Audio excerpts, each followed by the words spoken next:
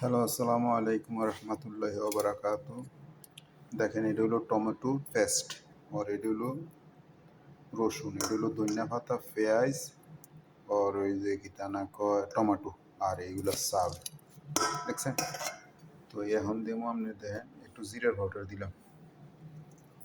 ঠিক আছে, একটু জিরার পাউডার দিলাম। আর এবার দেখেন লবণ দিলাম। দেখছেন আমরা লবণ দিলাম। ঠিক আছে, লবণ দিলাম। এবার দেখেন, এটা হলো ডালিমের সস, এই যে ডালিমের সস রোমান, হ্যাঁ, এই যে দেখেন এটা দিলাম, এটা দিলাম একটু। ওকে, এবার দেখেন আমি এটা মিক্স করতে আসছি।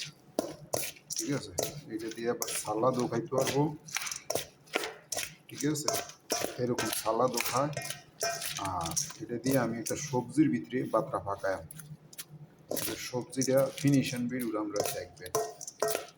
সবজির ভিতরে বাত ফাঁকায়াম, দেখছেন নি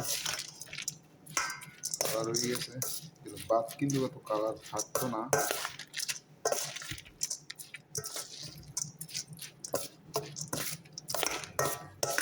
দেখছেন নি, এই যে আমি এই সবজিটা দেখাই দিয়ে মেরে, সবজিটা হইলো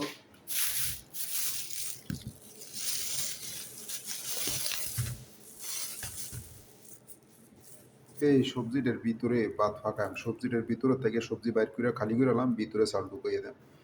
তারপরে তলে গোস্ত সিদ্ধ করে যাম, আগে গোস্ত সিদ্ধ করে তলে গোস্ত বসাই দেন, বসাই দিয়া এর উঠবি দিয়ে এগুলা বসাই দিয়া, তো এটা বানাই। এখন আমার চাউলটা রেডি করে রাখছি, আমি গোস্ত সিদ্ধ করে যাম, সিদ্ধ করে যাও উপরে দিয়ে গোস্ত দিয়ে বসাই দেন।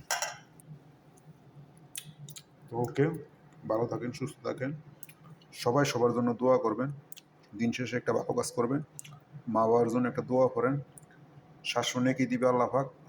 আরেক জায়গায় শুনছি সমস্ত মুসলমান পরিমাণ সওয়াব দিবে। দোয়াটা হলো রাব্বিক ফিরিলি ওলি ওলি দাইয়া ওলিল মুকমিনিন ইয়াউমা ইয়াকুমুল হিসাব। ওকে, আসসালামু আলাইকুম।